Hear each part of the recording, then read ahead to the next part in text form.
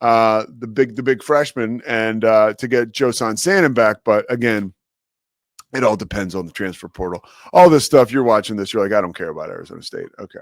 So let's talk about the Dallas Mavericks.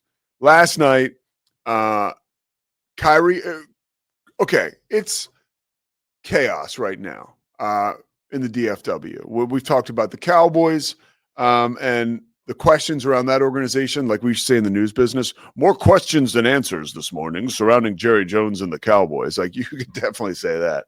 And then you talk about the Mavericks, and I mean, that is like a flat line as far as like audience participation and support of the team. However, last night, a sneaky opportunity came to town in the form of the Golden State Warriors with Jimmy Butler. So you have, like, people bought their tickets to see Steph Curry, right? Probably a year ago, maybe earlier this year. So, like, that's a game where it's not a game against the Jazz. It's not a game against the Grizzlies, although Ja Morant's awesome. But you get what I'm saying, where people have made decisions earlier. We're going to come see this game. So the game was packed last night, and Kyrie Irving, for his 8th time in a Mavericks uniform, just goes off, scores 40 points.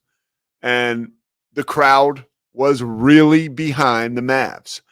And Kyrie, who yesterday or 2 days ago did an amazing job of breaking down why he understands why Mavericks fans are so upset, compared it to himself. Kyrie said, when I was a kid, right, and the Nets announced, I think he was actually at Duke by this time, but when the Nets announced they were leaving New Jersey and going to play in Brooklyn, this is a kid who grew up in North Jersey cheering for the New Jersey Nets when his coach now, Jason Kidd, was a member of the Nets. He was heartbroken when they moved to Brooklyn. He knows what that's like. He's like, as a kid following a team, when your favorite player gets traded, you really don't understand the nuances of it. You're devastated because you're a fanatic and you're a fan. And you're in trouble when Kyrie is the adult in the room. And clearly that's where the Mavs are right now. But hopefully they're not in too much trouble, because that win last night was huge. At the end of the game, Kyrie took a huge, what's this now? All right. We got official word here about Aaron Rodgers. We'll get to that in 1 second. But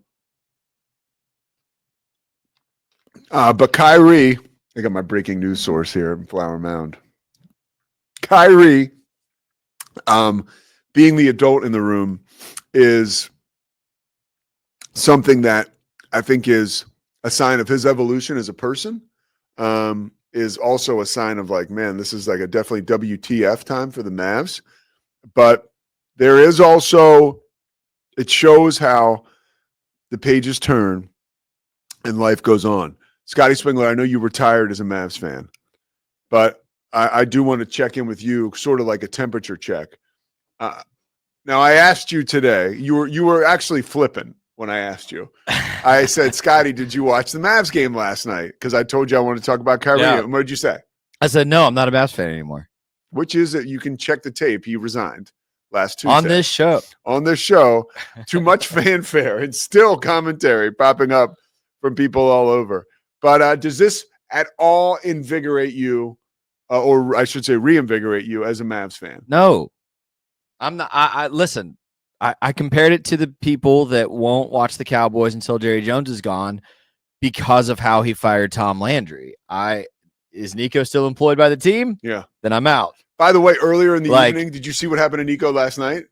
Yeah, when he got booed at the SMU game. He's at an SMU game scouting, and he's sitting right behind the SMU bench, and people fire Nico. The students started the fire Nico chant. I'm very proud of I'm a Baylor guy, so I don't generally just prop up SMU students, but very proud of the SMU students in that situation. I wonder if that, this is Nico's first real public backlash, like as a GM.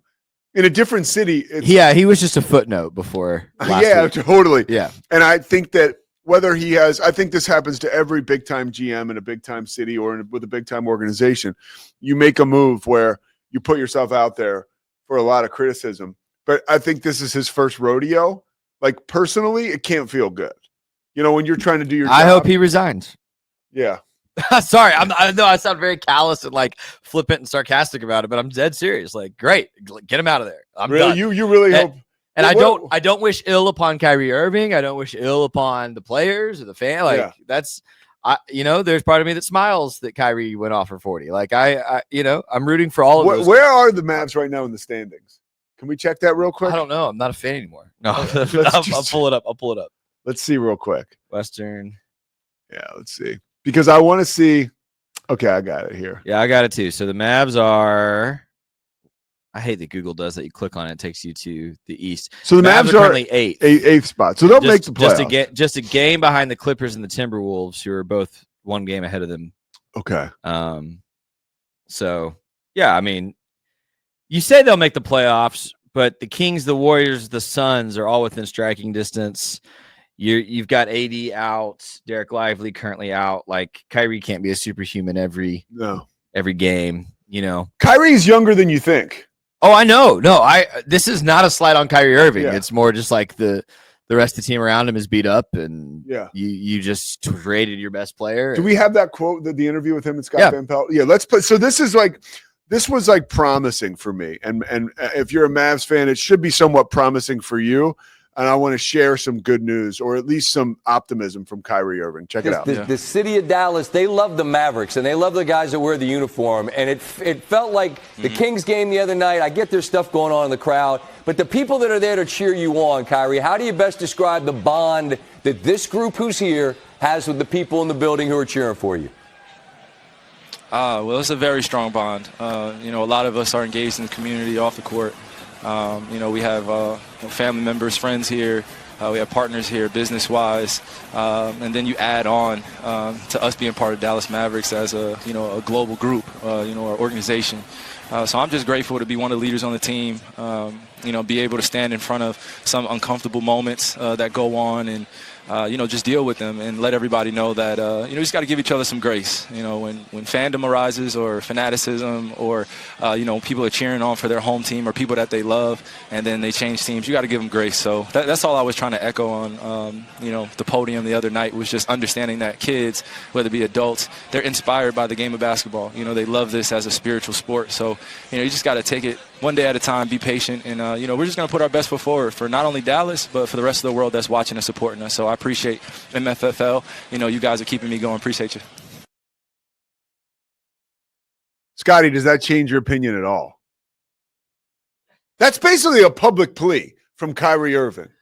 No, actually, what I heard is that Kyrie Irving completely understands why I've changed my allegiance. He has grace for me. Kyrie has more grace for me in that clip than a couple of my buddies have had for me when I told them that I'm cheering for the Lakers for the foreseeable future.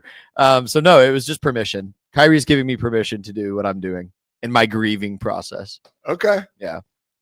I'm just telling you, Pete, it's like it is going to be really hard for me to root against Luka. Yeah.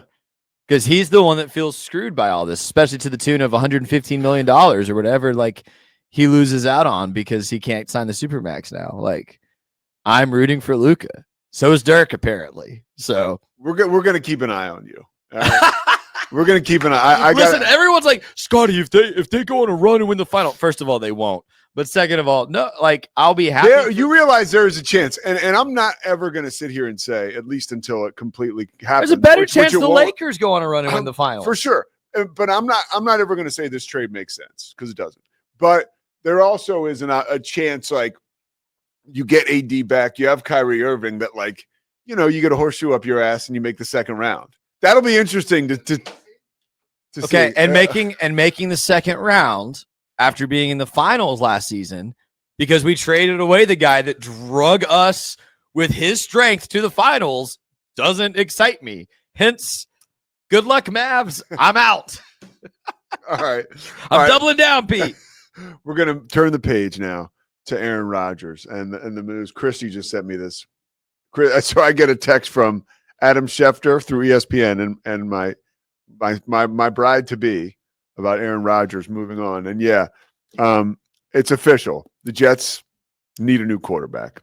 The team officially announced moments ago it's going to release Aaron Rodgers. The move has been anticipated for a while. This is Brian Costello from the New York Post reporting.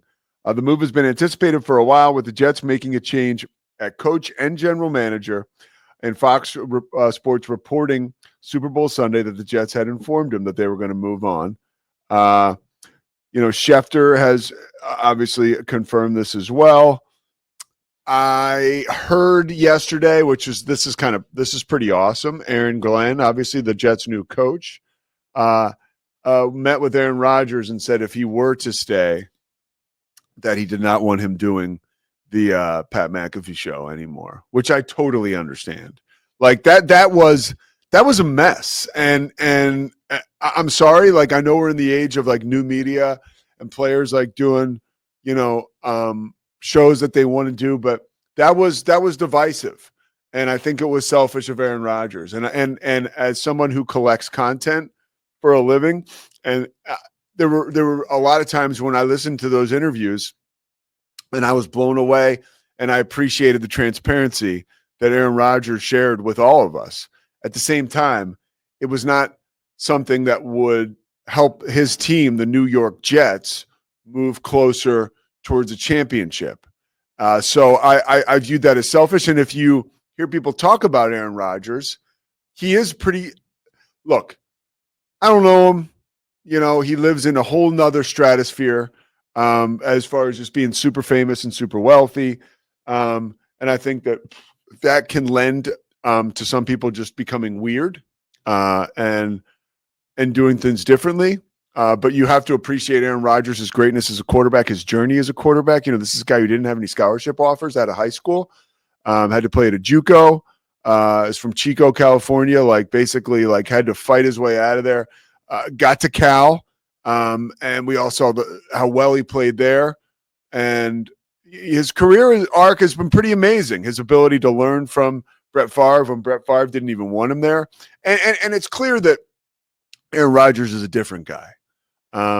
Would you sign him as a general manager? Would you want, with all the stuff that comes with Aaron Rodgers, if he makes public, which he will at some point, that he wants to continue to play football, would you take him on your football team?